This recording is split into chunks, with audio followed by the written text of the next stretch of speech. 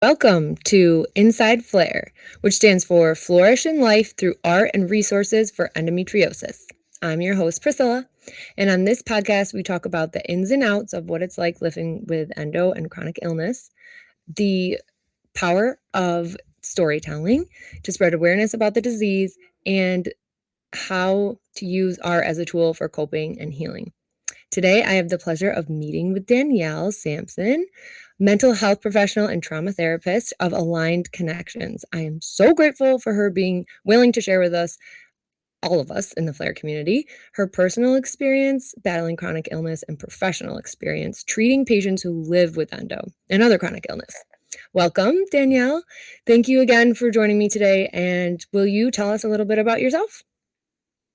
Yeah, thank you so much for having me. My name is Danielle Sampson. I am a licensed clinical social worker in the states of New York and Pennsylvania. I am based out of Buffalo, New York, and I own a group therapy practice called Aligned Connections. I specialize in treating complex trauma in individuals and couples, particularly those in the LGBT community, the perinatal or postpartum community, and kind of wherever those communities overlap.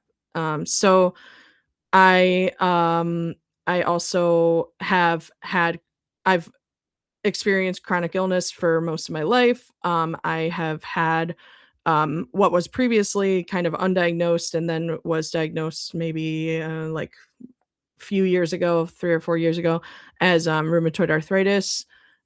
So I've had pretty much chronic pain, chronic fatigue since I was a teenager. So while I do not have endometriosis, I do have pretty much a lifetime of experience with chronic illness and kind of some of the kind of overlaps of where all of our chronic illnesses kind of have similar experiences. So I'm really excited to kind of talk about that and talk about the mental health implications of that. I'm excited to hear too. And I was just, thinking as you're talking that your patients are really lucky to have you because, to my understanding, not a lot of mental health professionals, I wouldn't say, and like maybe they do or don't share it, or that battle of not being able to disclose so much personal information. But that in itself, I mean, that's really powerful. I personally am, I don't, I kind of new to the endo community because after my first excision surgery, I irresponsibly tried to pretend that it wasn't part of my life. And I just kind of wanted to wrap that up, got the disease out, and I'm kind of moving forward. Whereas after this surgery, I decided this past February, I decided I'm like, okay, I can't be quiet anymore. So now I'm educating myself more about chronic illness, which is kind of scary, but also relieving to me. I'm like, oh, other people experience this. And then again, led me to do things such as start this podcast to have people on like you and share with others so they don't feel alone like I did for so long. Didn't even realize it. Um, and now again, that I'm learning that a lot of things overlap with that. I was hoping that you could share a little bit about the emotional and psychological challenges that you commonly see in patients who live with chronic illness, specifically endo, because we're 1 in 10, or now they're learning is more like 1 in 6. I myself am a perfect example of someone that didn't talk about it. A, because people don't understand it. I was too tired to explain it. Or like that example of just that right there in itself is a battle. So I'm sure you see some patterns. If you want to share a little bit about that. Yeah, absolutely. I think one of the first things is thinking about the journey of the diagnosis or journey towards trying to get a diagnosis, right? Obviously, endometriosis is unique in some ways in that it's only, I mean, right now mostly it's diagnosed by surgery, right? Where, we don't have a ton of like imaging. I did read a study recently that they were like exploring other diagnostic options, but it is kind of like an extreme of like, okay, well, you might have this, but we're just gonna wait until you're done having kids and then do a surgery, and like, and it's this kind of like long journey towards diagnosis where maybe some other chronic illnesses might have like a blood test or it shows up on an MRI or a CAT scan or something like that. where you could get like a definitive answer. So I think just like that fatigue of like, okay, well, I think I have this, or I know I have this, but regardless, I'm on the floor every month, like with my period puking, because I'm in so much pain, right? And there's also a history of women's pain being discounted. So, there are studies even, like the speculum was invented in the 1850s and tested on slaves, and it's still what we use today, like slave women that had no choice, right? And so like there is a long, long history of women's pain and suffering not being acknowledged by the medical community, right? And that can create this long-standing mistrust in medical professionals, right? So like why would I trust my OBGYN or my regular doctor or my even my therapist? Why would I trust them to tell them about my pain? Because they're just going to say, "Oh, it's just anxiety. Oh, it's just,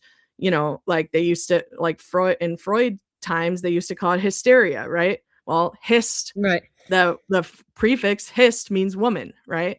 They used to discount our physical and emotional needs, right? And that still happens even today in 2026, right? So like there's this history of mistrust within, especially chronic illness communities, because the vast majority of us with any chronic illness are women. It's something like 5 to 1 or 6 to 1, a lot of these diagnoses, like for mine, like rheumatoid arthritis, things like that, lupus, all those, they're much higher prevalence in women than men, right? So Right, like right. and they're also a lot of times invisible to the naked or the naked eye or whatever, right? Obviously they're not invisible to us dealing with them, but they're invisible to blood tests, scans, that kind of thing, right? So it's really hard to trust, and then therefore it makes people less likely to share their experiences. Like you said, you had trouble talking about it, you had trouble sharing those experiences earlier on because you're like, oh well, no one's going to understand anyway. So you know that's why what you're doing is so important, of like sharing people's stories and that kind of thing, because like the more stories we have and the more education like providers can have, I think that will kind of improve the patient experience of like getting a diagnosis and feeling heard and feeling validated and feeling like your pain actually matters. You just covered so much right there. That was very powerful. I'm serious. I was like, wow, that's right. And it feels good to hear that because another thing I was thinking is not just the anxiety that we face with the disease itself. So, like you said, like, oh my God, my period's coming up, or having to cancel plans or not be heard, but just that anxiety, at least can say I've experienced before a doctor's appointment, before the therapy appointment. Like, there's anxiety around how to treat my anxiety. Like, you know what I mean? It's very it's exhausting on that fact too. Um, but yeah, it's interesting because that's another reason why at Flair, with the art component, I like to say, creativity equals visibility. Having this invisible illness not be invisible anymore, right? Like once we make a visual and using that as a tool to spread awareness. I love this a while ago. I don't know where I stumbled upon it, but it was a shirt and it said, "It's not in my head, it's stuck to my organs," or something like that. I loved it. And I was like, oh, I want to like just have that really big somewhere, like on my back. Not a tattoo, but a shirt, I'll just walk around like that. Like, what? That said it for me.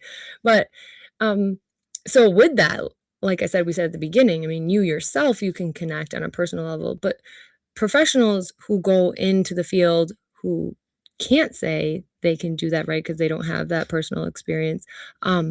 How much training do you guys actually get in the mental health field about chronic illness or the human body?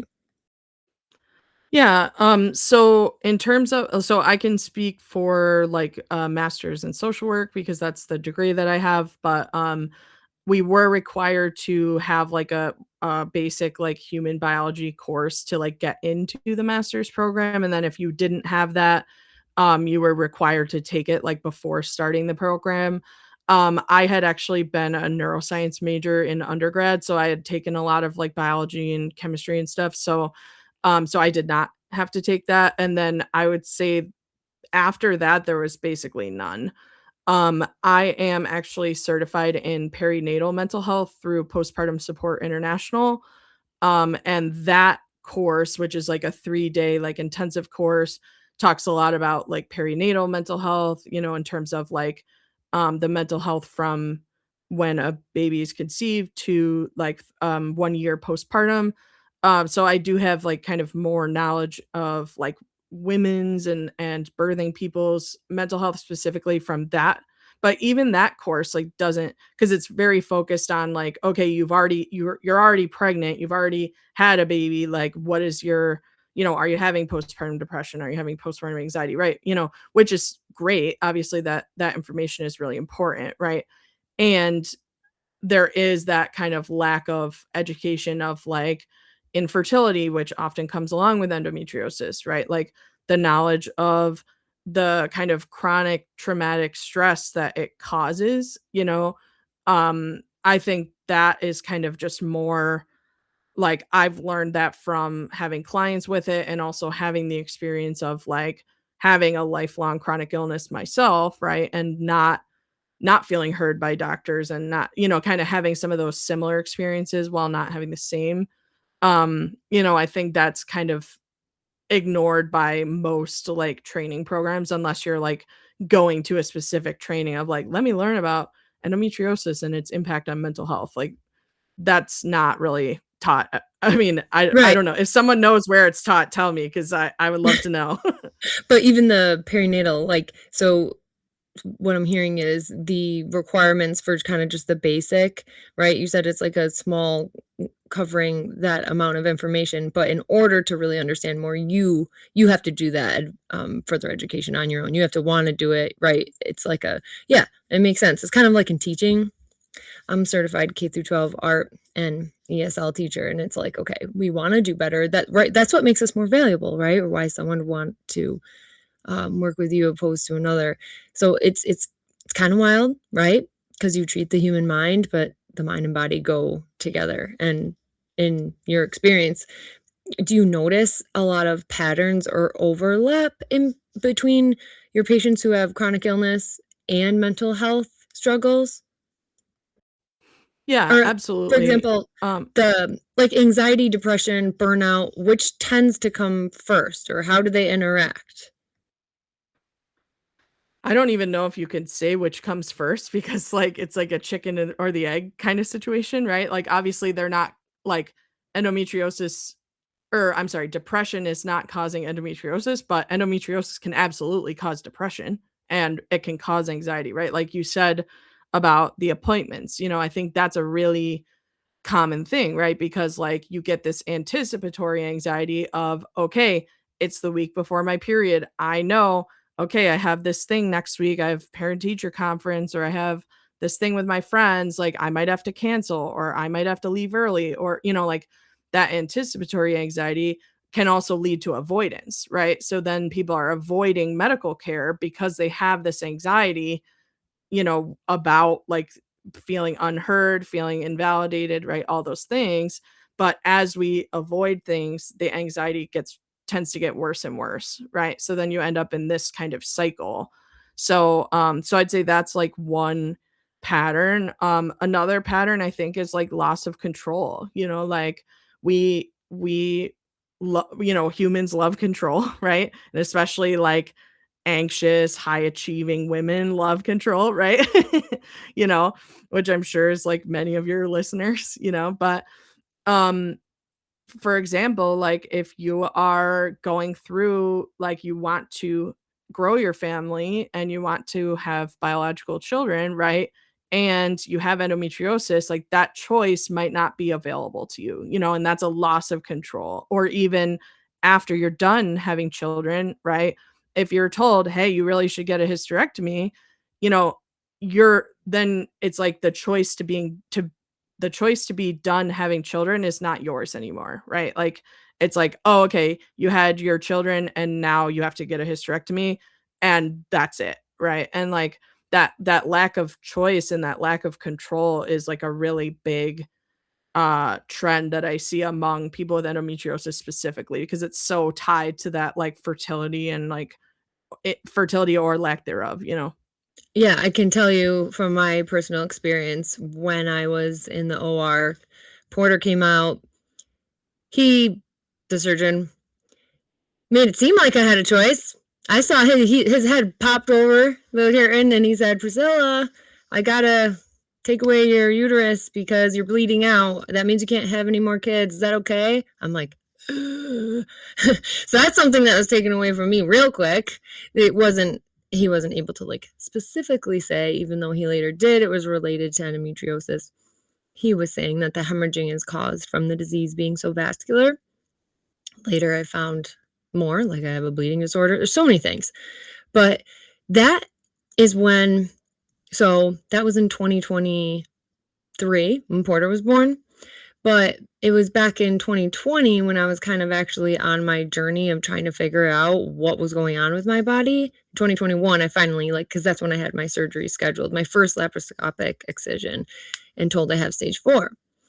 So that leads to my next question is, how do you see all of this impact the anxiety, the mental, emotional struggles have on a person over time, right? And I'm hoping you can like share a little bit about your experience with the patients from different ages, I assume, because it's interesting. Like what we cover a lot on this podcast and women in the endo community, they're the ones that, struggle so long, like myself, when they're in those beginning years and not knowing. But now today you find some that are getting answers very early, right? They have a surgery at like 18 or 20 or something like that. To me is like, wow. Um, but then you'll have women that go like, they're just like in their 40s or 50s and now being like, oh, like that's what that was. Or another example, someone I heard was told at that young age that she wasn't going to be able to have kids. So she literally shaped her life, not, to some extent, trusting the professionals around that. But really, maybe there could have been other options, right? But we're trusting these people. We don't understand, especially this, you'll see this often with women with stage 4, just how extensive, how aggressive the disease can be. But over time, and that's another thing I emphasize at Flair, that we like to bring people back, not just like you tell your story, like you're one and done, but like what's next? Like I really hope that my does not come back. My surgeon is really confident. But it's complicated, and I'd be interested to hear from your experience how would you describe or give more information on how all of that impacts someone over time? Yeah, absolutely. And, I think that this is a really kind of like unique overlap of some of the things that I specialize in, right? Is like that complex trauma piece, the difference between like general PTSD like we would know it, and then maybe a chronic or a complex PTSD is complex or chronic PTSD is traumatic events over time, right? And the idea is that your nervous system is in that fight or flight mode when a traumatic event happens, right? And so if you're in one traumatic event like a car accident or something like that, yeah, your nervous system goes into fight or flight, which is really traumatic and terrible, right? And then it eventually goes back down. But with chronic traumatic stress, your nervous system stays in that fight or flight response for, days, months, years, decades, right? And so your nervous system becomes accustomed to being hypervigilant, like being on alert at all times, like looking for danger.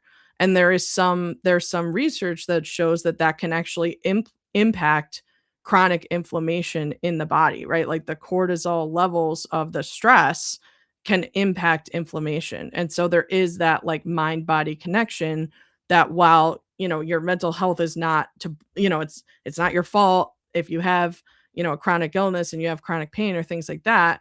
However, like your mental health can play a part of that, and it is really important to kind of manage that chronic traumatic stress over time to kind of lower that fight or flight response and like help it to settle down a little bit.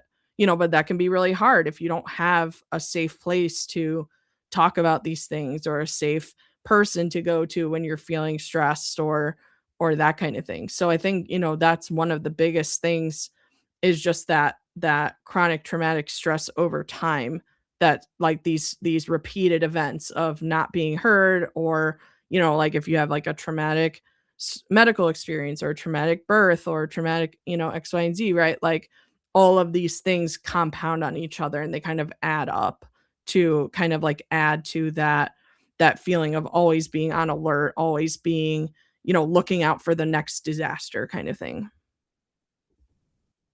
And that is what it is, chronic illness, it's chronic pain, but does it have to be chronic anxiety? You know what I mean? Like, we're trying to find ways to help, um, people cope with it, I say, and heal with art. And specifically, I try to emphasize and make it more transparent that what we're trying to do at Flair is not art therapy. That is an actual treatment. I think people get mixed up, and I hope to, like, educate a little bit more on that. Um, but as far as, like, the power of talk therapy, you know, and you talk a little bit about, I don't wanna say, like, the struggles that you see in your experience, like, with different patients. How do you, given your training, but like I said, like, you're a special case, they're lucky to have you, but what can you sort of run into with how you can help them with skills? Like you said, generic PTSD, or you said, like, as we know it to be, but what kind of tools are you able to offer that you feel like you, I would say, modify differently for patients that have chronic illness that maybe don't? Yeah. Yeah, and so, I think that there's a lot of really good options, right? And obviously, this is a podcast, it's not medical advice, right? But there are like the talk therapy kind of like skills that you can learn, like coping skills or things to manage, like anxiety, depression, things like that. And then there's also like somatic or body focused therapies, right? Like EMDR, which stands for eye movement desensitization and reprocessing. There's somatic experiencing, there's brain spotting, there's like all these other different kind of like newer therapy approaches that are more body focused and kind of helping to connect you with your body, right? And when you have a chronic illness, especially with endometriosis, right, there can be a feeling of disconnect from your body or like betrayal from your body. Like, I don't want to be connected to my body because all it does is cause me pain, right? And so, you know, those body focused therapies can actually be very healing.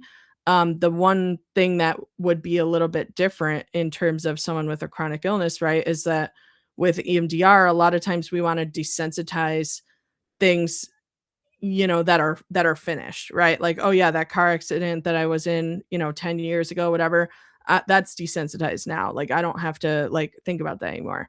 However, like, it can be harder to desensitize something that's currently happening, right? You may never fully desensitize something when it's constantly still happening every single month or, every day or whatever, right? And so, however, like those body focused approaches can still really help to kind of like help your nervous system to relax a little bit and just kind of reduce some of those feelings of like anxiety and hypervigilance and things like that we've been talking about. So, I would say that there's like kind of different approaches based on like especially if you've been in talk therapy for a while, you feel like it hasn't been helping too much, or maybe you feel like you've gotten everything out of it that you can, that would be kind of the next step, is like some of those like somatic body-based approaches. But talk therapy is also really helpful still. Like it provides really concrete skills, it provides validation, it provides like a judgment-free zone, that you can just like talk about your pain and be believed. Like you don't have to like worry about performing, or oh, I have to, like I've definitely like read on, like chronic illness pages, like, oh, I can't wear too much makeup because then they'll think I'm not in pain and I'm not fatigued.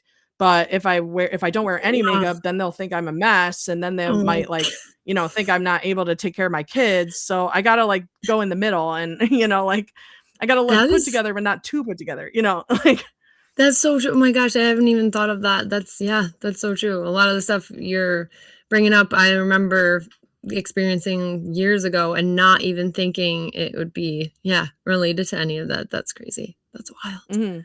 My Yeah, I know. and in therapy, you don't have to do that, you don't Mhm. have to, like, prove anything. Yeah, I know it sounds silly, but when I first actually started sharing about it with my therapist, um, again, I don't know why this sounds so corny, but I learned the emotion anger and how that's different than rage. And, like, I guess I didn't even know I was angry at my body. I didn't wanna feel anger. It was so weird. It was just, like, so many things surrounding that emotion. So while I didn't do any physical related treatment, I did like, just in my experience with, talk therapy when it came to endo and kind of just like I said, it's like a problem. I do admit it. Yes, I have it. Yes. You know, wait, before I move on, I do wanna go back to what you said about when you get the official diagnosis versus when you don't. So there's a lot of women, and we have this discussion, that go years with not having the official diagnosis, right? That has to be so extreme through surgery and whatnot, but they really believe and know they have it for so long, and there's different reasons why that maybe don't have the surgery. Either they're afraid, their body, like, just can't take it, or they're waiting for a proper, trained specialist. Um, so, ha I don't know in your experience, or you can kinda because you did start talking about it in the beginning just with your own personal experience, but those women, those people, those individuals, I would say they're even more niche down. I told my husband, I'm like, "Okay, we have the" and listeners, I'm using my hands, okay? I'm making a a flow chart. You have the chronic illness community. Under that, you have the endo community. Then you have, like, all these separate. Then you have but what about those people that know they have it, but they don't have their certification, right? They didn't get it yet. It's like, how do you go about guiding someone with their emotions and, struggles around that? Yeah, I mean, I think the approach is similar to if they have a piece of paper that says it or not, right? Like, especially with endo being like, you have to have a surgery to diagnose it, right? Like, I've probably been a therapist to hundreds, if not thousands of women or people with uteruses, right? And like, you know, the ones that have endo, it, right? Like, there is a very drastic difference between, people mentioning, oh, yeah, I got my period today, when they're in therapy versus I was literally on the floor in the bathroom all night because I couldn't I was in so much pain that I was, experiencing whatever, right? Like, there's just a very clear difference, and so like to me that self-diagnosis is extremely valid, because like your body best. Like no doctor knows your body better than you, no therapist knows your body better than you, no other person knows your body better than you, right? And so like again, it goes back to that like history of women and other people's like pain being discounted. Like people knew they were going through this and they were discounted by practitioners or whatever. And I never ever want that experience to be replicated in the therapy room, right? Like, obviously there's a level of like, I'm not going to validate Yeah, every single thing right, a client says, right? Like, right. obviously, sometimes therapist has to push back a little bit, but like for the most part, right? If you say, I have endometriosis, like I am believing you, like Right. because people don't make that up, like the pain is real, the fatigue is real, the impacts on fertility are real, the impacts on your mental health are real. And so to me, it doesn't matter if you have a note in your patient portal that it says it or not. Yeah, I hear you. It's crazy because there has been some medical literature around, at least my personal provider has been giving me more research that surrounds trauma and the concept of re-traumatization. So what he's trying to implement in the practice and future training of healthcare providers is just that it's training on how to just approach, speak, interact with patients who have experienced trauma, especially, I mean, he gets even more specific, sexual assault or abuse. Like, it's really interesting just the depth that has gone into that. And I think that that could probably be a whole nother episode. But the concept of re-traumatization, like, that's really careful. I mean, that could even include your field, you know, my surgeon's studying that. But just being careful about what you say, how you say it, because you don't always know everything, right? Because not every client or patient feels comfortable or even like ready, right, to admit or talk about things. Um, if you were to share one piece of advice, I mean, you've already provided us with so much information, so helpful. But anything that sticks out like top, like you want any listeners who may be struggling with their mental health right now, what would that be? Yeah, I mean, I think the biggest thing is you know, I know it can feel really overwhelming to try to find someone to talk to, you know, especially if you're dealing with trying to figure out who takes your insurance or, you know, if I can afford this or things like that, you know. And, you know, your mental health and your physical health are connected, right? And so in order to improve some of your physical health, like you can't neglect your mental health, right? And so, like, mental health is such an important piece of it, and so, you know, even though it takes time, there are resources out there that are, like, able to help you find a provider that's a good fit, you know? I think even via social media, like, I've seen people on, like, Threads or it used to be Twitter, but, you know, we don't go there anymore, you know, like Facebook or whatever, like, "Oh, I'm looking for a therapist that specializes in this," you know, like, kind of, like, putting it out there of, like, I deserve to have a provider that understands what I'm going through, even if it's not on a personal level, but to the point where I don't have to teach them, right? Because I think that's something that a lot of us, you know, a lot of clients go through and, you know, like, providers, it's like we can't know everything, right, as a provider. However, like, you know, I don't want my client to have to spend time teaching me about endometriosis or about, you know, their gender identity or about whatever, you know, their IVF journey, whatever. Like, I don't want them to have to spend their therapy time teaching me, right? So, like, finding a provider that is willing to say, I don't know everything, right? But I'm going to go read some articles about it and I'm going to learn and I'm going to come back next week and be more prepared to support you. Right? I think that's kind of like the biggest thing that I would want from a provider is like that willingness to learn, that willingness to explore new information and just kind of like meet you where you're at so that you don't have to teach them about what you're going through. You can just kind of get that validation and support that you're looking for. I love that, and I really wish I knew that when I was younger growing up. Um, we'll make sure to include some of those resources or some links in the show notes where people can just even begin to start. I already love, like, some, research, literature, whatever we can throw in there. And, uh, on that note, where can people find you? Yeah, so I am on social media and Um, yeah, social media at Aligned Connections PLLC. So that's ALIGNED Connections PLLC. And then my website is alignedconnectionspllc.org. Um, and yeah, I'm on social media and my website.